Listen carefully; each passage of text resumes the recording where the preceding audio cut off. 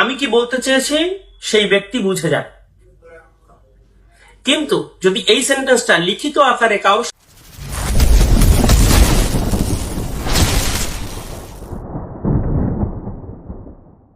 প্রিয় শিক্ষার্থী, আমরা সেন্টেন্সের সংজ্ঞা জানি নাকি? আমরা সবাই জানি। আমরা প্রাথমিক পর্যায় থেকে এইচএসসি লেভেল পর্যন্ত সমস্ত শিক্ষার্থীরাই সেন্টেন্সের সংজ্ঞা সম্পর্কে ধারণা রাখি। আসলে আমাদের সেই ধারণাটা কেমন সেন্টেন্স সম্পর্কে? আমরা একটু বোর্ডের দিকে যদি লক্ষ্য করি তাহলে দেখতে পাবো যে সেন্টেন্স সম্পর্কে আমাদের সবার ধারণা ঠিক এরকম। এক বা একাধিক শব্দ পাশাপাশি বসে কোনো ভাব সম্পূর্ণরূপে প্রকাশ করলে তাকে সেন্টেন্স বা বাক্য বলে।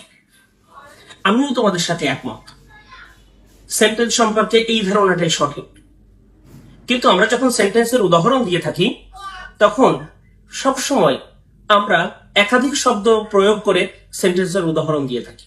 তাহলে কেন সংজ্ঞার মধ্যে এক বা একাধিক শব্দটা যোগ করা হয়েছে? আসলে কি একটা শব্দ দিয়ে একটা সেন্টেন্স হতে পারে? তোমাদের কি মনে হয়? আমার মনে হয় তোমরা আমার সাথে একমত হবে যে একটা শব্দ দিয়েও সেন্টেন্স হতে পারে। চলো আমরা দেখি একটা শব্দ দিয়ে কিভাবে সেন্টেন্স হতে পারে। আমরা যদি বলি কাম, এই কাম শব্দের অর্থ আসো। এই একটা শব্দ দিয়েই হয়তো কোনো বক্তার মনের ভাব সম্পূর্ণরূপে প্রকাশ পেয়ে যেতে পারে। আমি যদি আমার কোনো শিক্ষার্থীকে বলি গো, যদি বলি গো, তাহলে একটা শব্দ দিয়েই একজন শিক্ষকের মনের ভাব প্রকাশ পেয়ে যাবে। অথবা আমি যদি কোনো শিক্ষার্থীকে বলি রান, দৌড়াও, হয়তো এই একটা শব্দ দিয়েই ওই শিক্ষকের মনের ভাব সম্পূর্ণরূপে প্রকাশ পেয়ে যাবে এবং শিক্ষার্থীরা শিক্ষকের এই নির্দেশনা অনুযায়ী কাজ করতে পারবে, আসতে পারবে, যেতে পারবে, দৌড়াতে পারবে। তাহলে কি দেখলাম?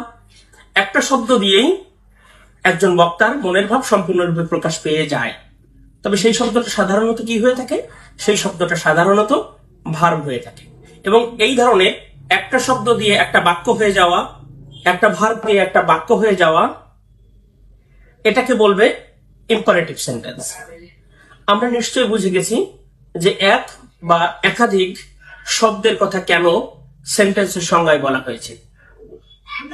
তারপর দেখি আমরা একাধিক শব্দ পাশাপাশি বসে।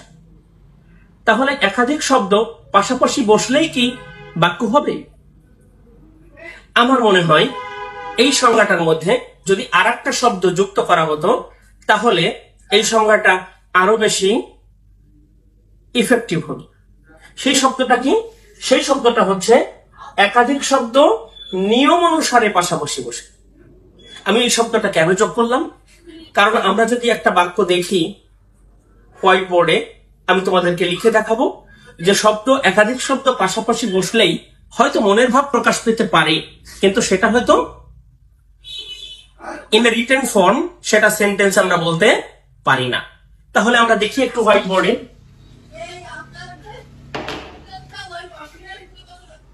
হি ক্রিকেট while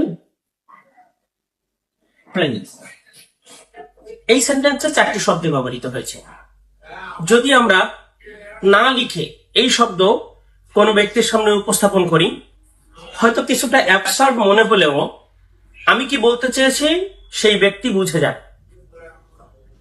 কিন্তু যদি এই সেন্টেন্সটা লিখিত আকারে কারোর সামনে দেওয়া হয় বা কারোর সামনে উপস্থাপন করা হয় তাহলে সে নিজে এই সেন্টেন্সের অর্থ বুঝে গেলেও সে এটাকে সেন্টেন্স বলবে না। তার কারণ কি? কারণ হচ্ছে আমি সংজ্ঞার ভিতরে যে শব্দটা যুক্ত করতে চেয়েছিলাম যে এক বা একাধিক শব্দ নিয়ম অনুসারে, নিয়ম অনুসারে, এই নিয়ম অনুসারে শব্দগুলো বসে নাই বলেই আমরা লিখিত আকারে বা রিটেন ফর্মে এই শব্দ চারটিকে সেন্টেন্স বলবো না, সেন্টেন্স বলতে পারবো না। তাহলে আমাদের এই বাক্য বা সেন্টেন্সের সংজ্ঞাতে যদি নিয়ম অনুসারে শব্দটা যুক্ত করি, তাহলে আমাদের সেন্টেন্স লিখে প্রয়োগ করার ক্ষেত্রে আমার মনে হয় সংজ্ঞাটা বেশি উপযুক্ত হবে। তাহলে আমরা কি জানলাম এক বা একাধিক শব্দ পাশাপাশি বসে নয়, নিয়ম অনুসারে পাশাপাশি বসে যদি কোনো বক্তা বা কোনো ভাব সম্পূর্ণরূপে প্রকাশ পায় তখন তাকে সেন্টেন্স বলে। যদি নিয়ম অনুসারে বসতে হয় তাহলে এই সেন্টেন্সটা কেমন হতো? He plays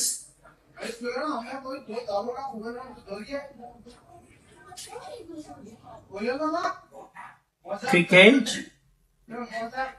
when।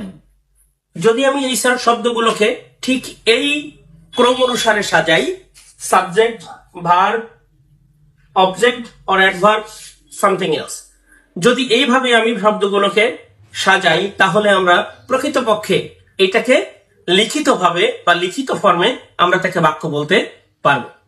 আমার মনে হয় সেন্টেন্সের সংজ্ঞা এবং উদাহরণের মাধ্যমে আমি তোমাদেরকে স্পষ্ট করতে পেরেছি যে প্রকৃতপক্ষে এক বা একাধিক শব্দ কেন ব্যবহার করা হয়েছে, এবং পাশাপাশি না বসিয়ে যদি নিয়ম অনুসারে পাশাপাশি বসানোর কথা বলা হয় শব্দগুলো, তাহলে সেন্টেন্সের সংজ্ঞাটা আরো বেশি স্পষ্ট হবে এবং আরো বেশি প্রায়োগিক হবে বলে মনে করি। ধন্যবাদ সকলকে। আবারও দেখা হবে নতুন কোনো ক্লাসে নতুন কোনো বিষয় নিয়ে। আল্লাহ হাফেজ। আসসালামু আলাইকুম।